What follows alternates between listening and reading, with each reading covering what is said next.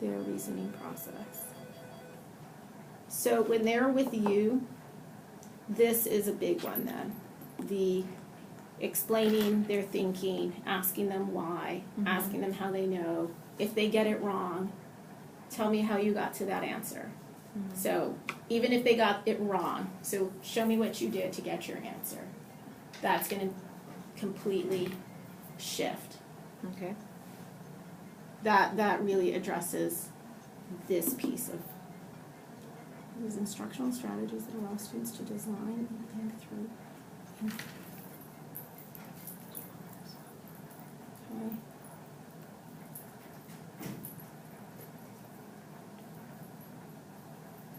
Students higher level thinking through their communicating with each other.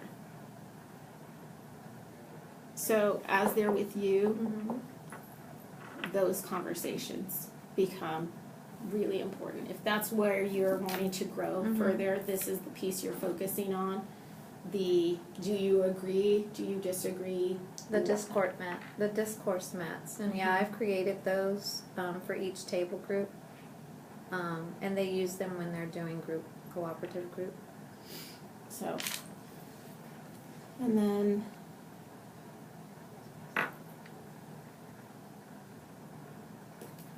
so this is easily moved up from 2. I've seen 2 of 4 on this one. Having a conversation with the class, and I know it's so hard to get everything in 30 minutes, but having some sort of, before we get to the math of it, or before we get to the word problem of it, why is this important?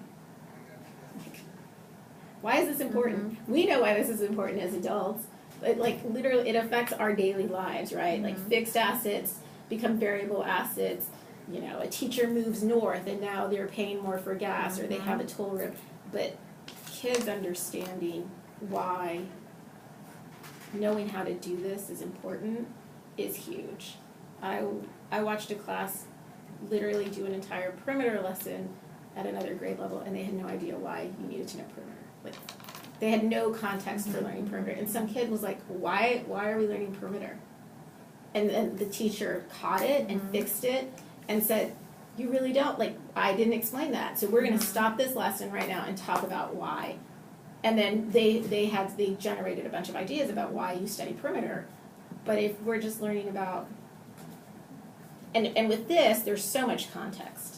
I mean, your parent, you know, their money, the money that their grandmother sent them, or their parents' money, you know, which, so.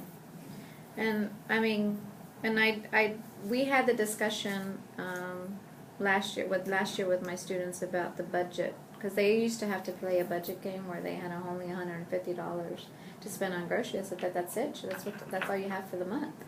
So you have to be very specific about what you buy, and you have to feed a family of 4. So here's a grocery ad. What are you going to buy? And so they knew that. That was 2 years that I taught that one lesson. I haven't taught it with this group, but that would be something else I revisit because financial literacy right now is a hard concept for them to understand. So then I'm going to bring that lesson in as well. I would even bring that in maybe next week before STAR. Like, make it a fun activity that it's, you know, the Friday before, but you're still getting in. You're still getting in skills, right? You're still getting in the addition, the subtraction, cost zeros, all of that. But I mean, that's a real life lesson there for them about how money is spent.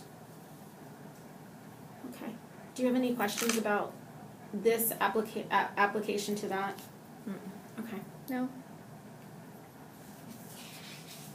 Alrighty. So then I will see you Thursday at 9:30. Correct. Right? Okay.